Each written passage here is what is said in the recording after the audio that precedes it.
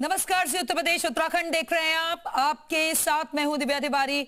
बरेली में जुमे की नमाज के बाद मौलाना तौकीर रज़ाक की अपील के बाद हिंसा हुई। पुलिस उपद्रवियों की धरपकड़ में लगी हुई है और अब तक 80 से ज्यादा लोगों को गिरफ्तार कर चुकी है, लेकिन इसको लेकर सियासत भी शुरू हो गई है। समाजवादी पार्टी उपद्रवियों पर कार्रवाई का समर्थन करने के बजाय उपद्रवियों के ही समर्थन में उतर आई है। आज सपा के 14 सदस्यीय डेलीगेशन ने बरेली जाने का ऐलान किया था, लेकिन पुलिस ने बरेली में धारा 163 का हवाला देते हुए सभी को बरेली जाने से रोक दिया। नेता प्रतिपक्ष माता प्रसाद पांडे को लखनऊ में उनके घर पर और सपा सांसद जियाउर रहमान बर्क को संभल में उनके घर पर हाउस अरेस्ट कर दिया गया। वहीं सपा सांसद इकरा हसन, हरेंद्र मलिक और मोइबुल्लाह नदवी को दिल्ली में ही रोक दिया गया है।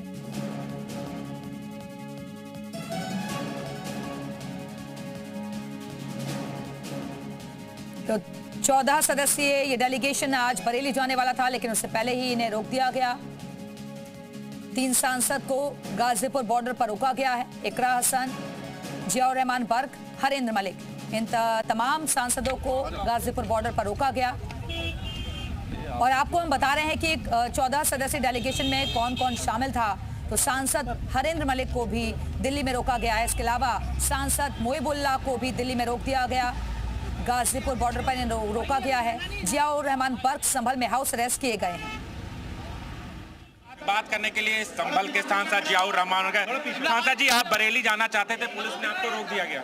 सब आपके सामने कह चुका हूं, जो रोका गया है वो गलत है और हम जाना चाहते हैं, हमें उसकी अनुमति मिलनी चाहिए। डेलीगेशन वहां जाकर क्या जानना चाहती है? डेलीगेशन वहां पीड़ित परिवारों से मिलना चाहता है, जिनके लोग जेल में बंद हैं, जिनके पाँव में गोली मारी गई है, एनकाउंटर किया गया है, जिनके घरों पर बुलडोजर कारोबार पर चलाया गया है। हम उनसे लोगों से मिल करके वहाँ के हालात के पूरी एक सही तरह से रिपोर्ट बना के माननीय अखिलेश यादव जी को, अपने नेता को सौंपना चाहते हैं और आगे उनको किस प्रकार इंसाफ मिल सके इसकी आवाज़ और आगे मजबूती से उठाना चाहते हैं। क्योंकि बरेली के डीएम ने साफ तौर पर कहा है कि अगर किसी राजनीतिक दल के डेलीगेशन यहाँ पर पहुँचता है तो शांति व्यवस्था भंग हो सकती है, इसलिए धारा 163 लगाई दी गई है।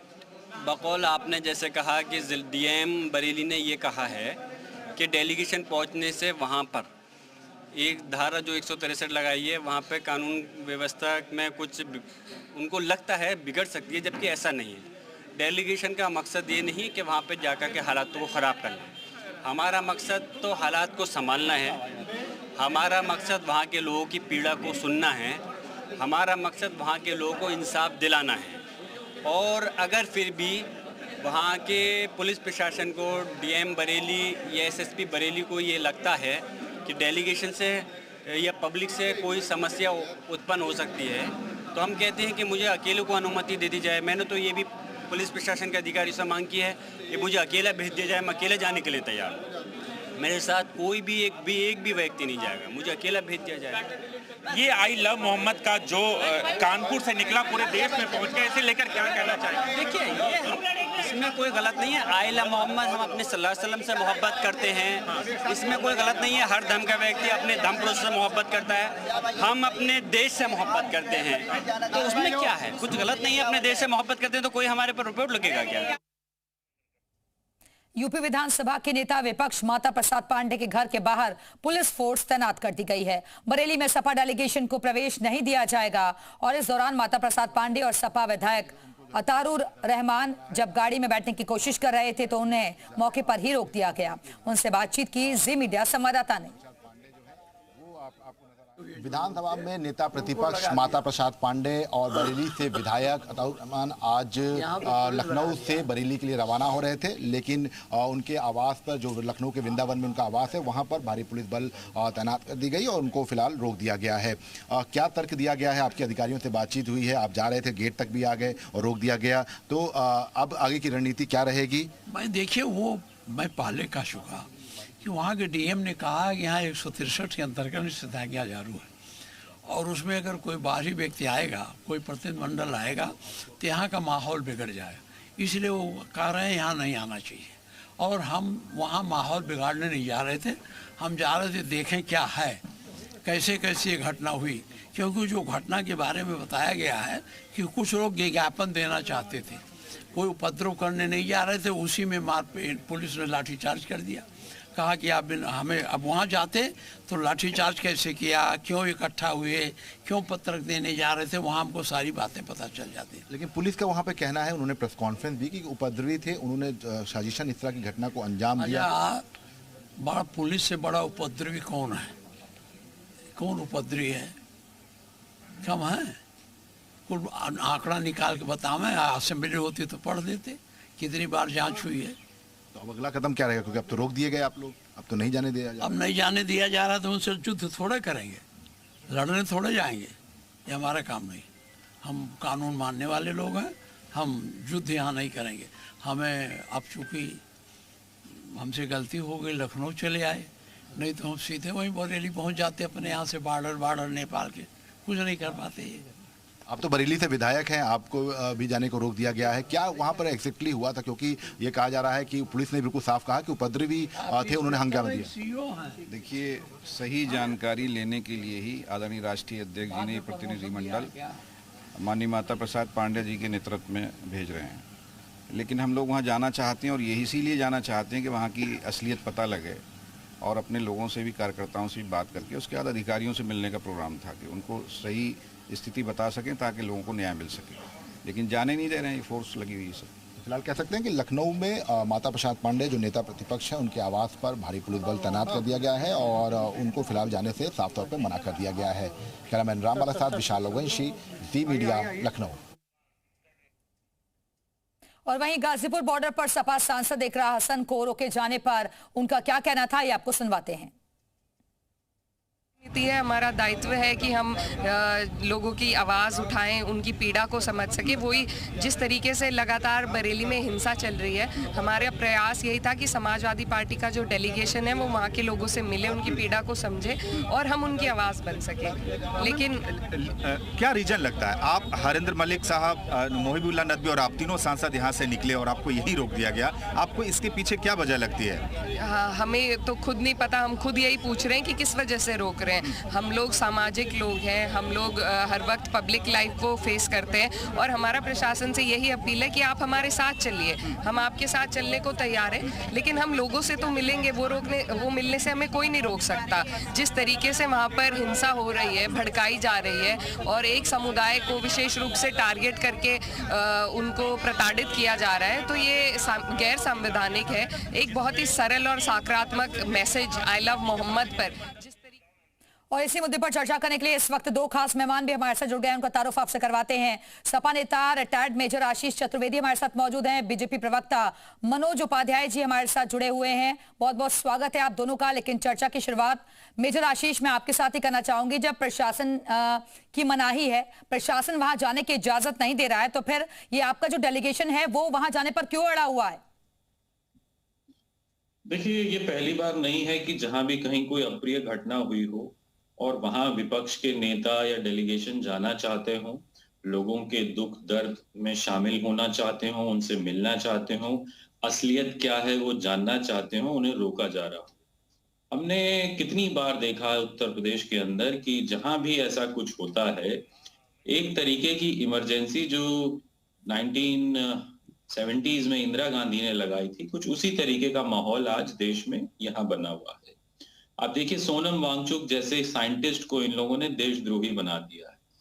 क्यों? क्योंकि इनको अडानी को वहां जमीन देनी थी जिसमें लिथियम के बहुत ज्यादा वहां पे वो थे, तो उसने आवाज उठाई तो इन्होंने उसको जो है वहां देशद्रोही बना दिया। अब बताइए, सोनम वांगचुक के पास इतनी डिग्रीज हैं, इतने पेटेंट हैं, इतनी उनकी अवार्ड्स हैं कि पूरी भारतीय जनता पार्टी आप मिला देंगे ऊपर से लेके नीचे तक, तो भी वो बराबरी नहीं कर पाएंगे और ऐसे आदमी को इन्होंने देशद्रोही बना।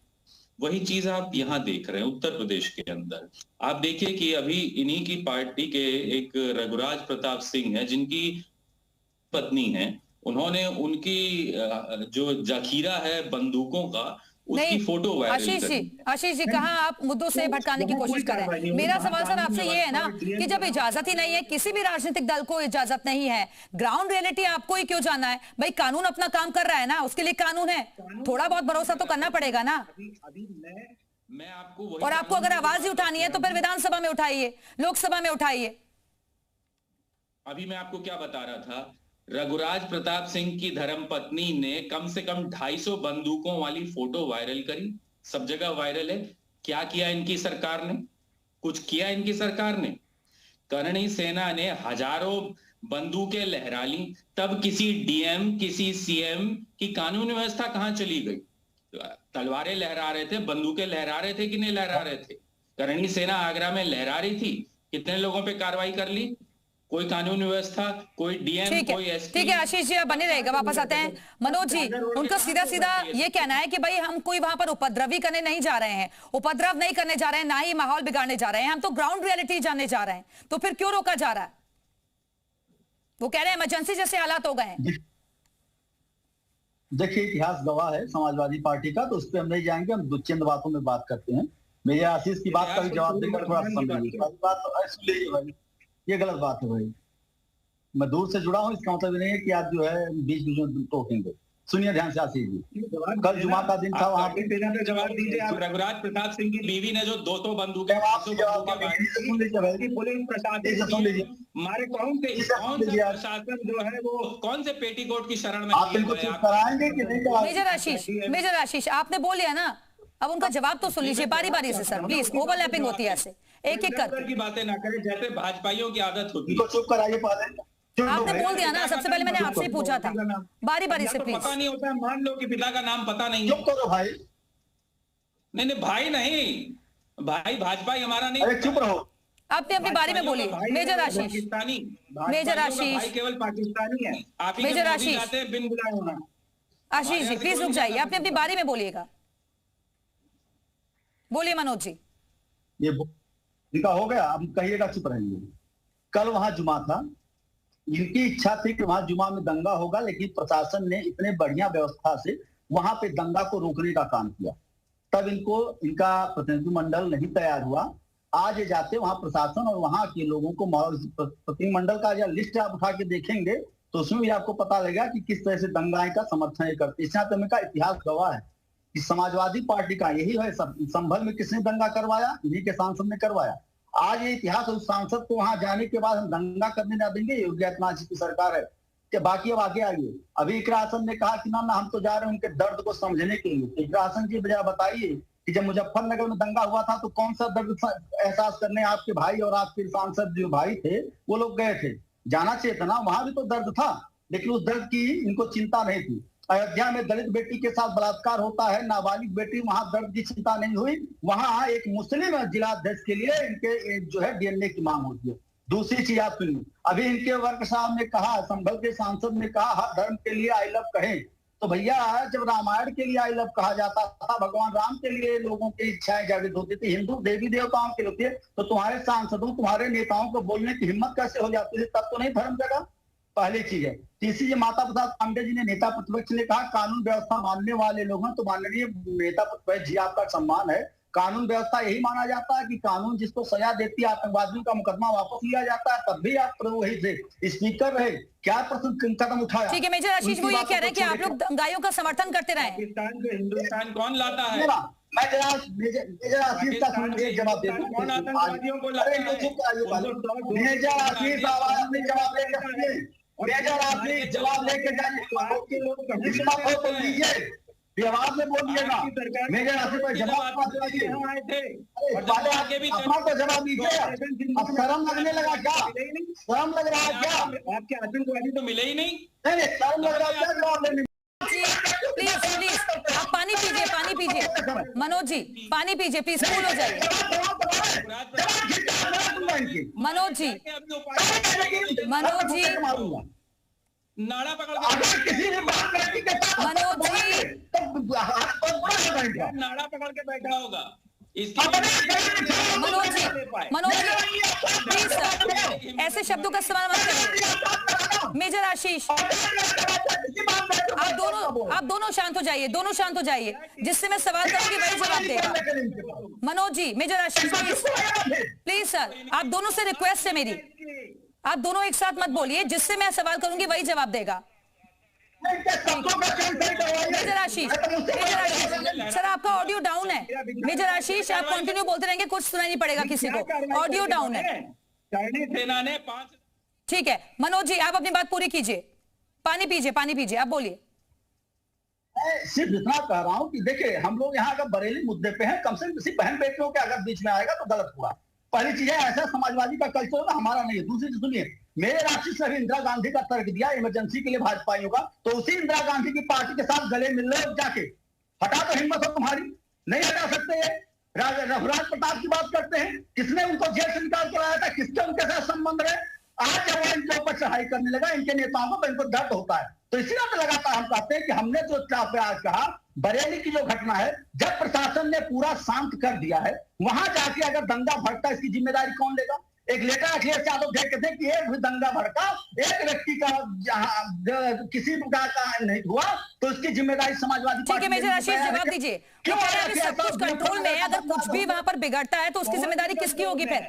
जितने ठाकुर हैं वो बलात्कार कर रहे हैं, मजे कर रहे हैं। मैंने कहा ना कि अरे जवाब दीजिए ना मेजर आशीष। मेजर आशीष, मूल प्रश्न पे आते हैं ना मेजर आशीष। आप क्या इधर उधर घुमा की बातें कर रहे हैं? मेजर आशीष एक मिनट रुक जाइए। नहीं, इसमें घुमा के क्या बात कर रहे हैं? मेजर आशीष, जो सवाल कर रहे हैं उस पर जवाब दीजिए ना आप। ठाकुर है तो 5,000 बंदूकें लहराएंगे। मेजर आशीष, मेजर आशीष, जब 5,000 बंदूकें लहराई तब कहां से? अरे आप जवाब दीजिए ना मेजर आशीष।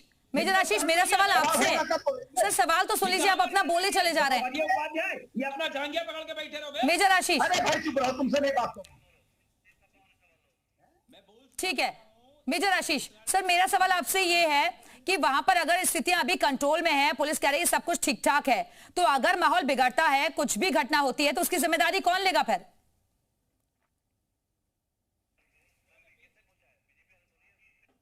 मेजर आशीष, ठीक है मेजर आशीष के पास हम जाएंगे। मनोज जी वो ये कह रहे हैं कि भाई हमें कोई दिक्कतें नहीं है, हम तो खुद वहां पर लोगों की पीड़ा को सुनना चाहते हैं, उनके दर्द को समझना चाहते हैं, असल में देखना चाहते हैं कि वहां पर हुआ क्या था, क्योंकि कह रहे हैं कि पुलिस की ज्यादती भी हुई है वहां पर कई लोगों के साथ। नहीं, हम तो आपसे वही कह रहे हैं कि अगर वहां पे कोई माहौल बिगड़ता है तो उसकी जिम्मेदारी ये तो चाहते हैं माहौल बिगाड़ना। इसी नाते जो जिस मौलाना के पक्ष में आज खड़े होके बोल रहे हैं, जब से मौलाना जेल में गया है, इनके नेताओं का बयान आप देखें, इनके बयान आज उसी को बचाने के परिप्रेक्ष्य आप खड़े हो रहे हैं। वो मौलाना खुलेआम कह रहा है पुलिस वालों को, हमको माहौल बिगाड़ना है, पुलिस वालों को चाहे हत्या करनी पड़े। ऐसे मौलाना का समर्थन समाजवादी पार्टी लगातार कर रही है। और आज अगर माहौल की कंट्रोल में है तो आपको वहां जाने की आवश्यकता है। क्या जाना होता आप अपने जिलाध्यक्ष ले लीजिए रिपोर्ट। आपका बरेली का जिलाध्यक्ष है, वो रिपोर्ट क्यों नहीं दे रहा? वो भी तो आपका क्यों नहीं है?